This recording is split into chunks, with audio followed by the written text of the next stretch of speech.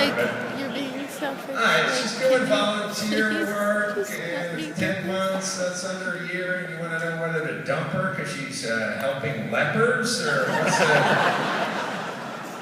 We usually say, like, a long-distance relationship during college, not a good idea. But college experience is working anyway. Young adults, I mean, they should make up their own mind about this. If they're really, if this is a really good relationship, they should see that as no problem. But they're a little young, and I can see why people could be saying, hey, just go out and you haven't figured yourself out yet. So I would say if he wants to stick with it, encourage him to. Well, he's right there. Why don't you stick with it? Thank you. You have to talk to her, then go to him. It's a good relationship? Yeah, so she's a good person. She volunteers. Yeah, these assholes tell me to break up with her. Your sister, I think you should. All right, let's do another question. Over here. Dr. Drew, while your knowledge is vast, your comedic values typically pretty low. So this is a question for this is actually a question for the Hold on a second. Listen. People got an attitude these days. This man speaks the truth. I've been telling you this for a long time. Well, first off, your comedic value being low is an upgrade. You went from 0 to low. Right. You know what I mean? Yeah, he's complimenting me. Yeah, that's thank you. Hold on, quiet down. Like I said,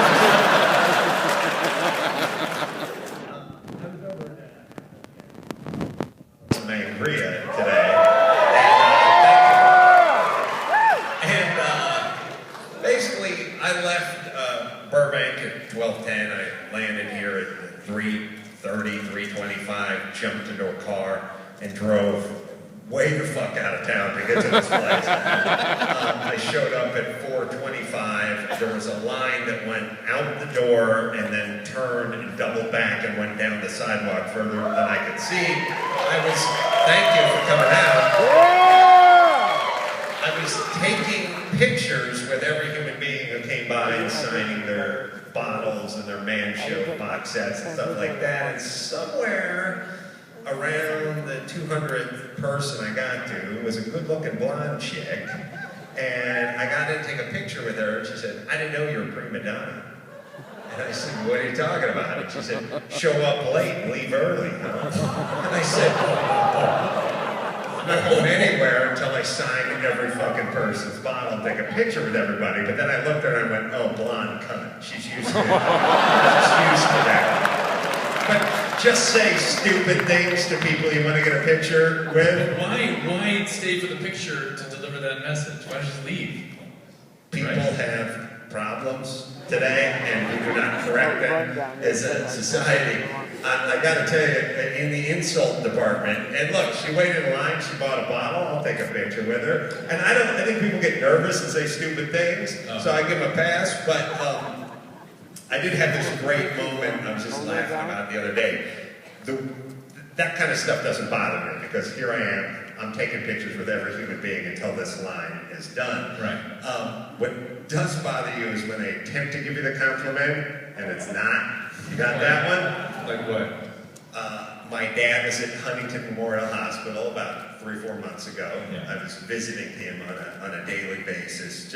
I wanted to visit his scrotum sac. He wasn't in any condition to talk, but it'd been, 24 hours since I'd seen his ball sack, because you guys won't fucking give people a pair of shorts when they come into a fucking... She kept throwing his gown off or By the way, flailing. Kobe Bryant does pretty good in a pair of shorts. You know what I mean? You can play okay. All my dad has to do is lay there in a bed lifeless. You think you can toss a pair of fucking shorts on him? I don't know what the restrictions of that are, but I go visit with a scrotum sack a little bit, and as I'm leaving, I'm getting in my car, and the cool 50-something-year-old black dude security guard goes, hey man, hey, Adam Carolla, hey man show, what's going on, man? What's up? What you been up to these days? And I said, he looked at the fool. I had to go to black man. Well, he was a black guy. What do you want me to do? Want me to go to Native American? Hey, Forget his look. I knew he's big, tall, big guy. He spoke that way, yeah, with the big arms. Yeah, I've known him for years. He's got the big guns, Bald. he's bald. Yeah. Oh, black guy, bald with big arms, what? So he goes, hey man, so he goes, what are you up to these days? And I go, well actually I just finished a book. And he goes, just chilling?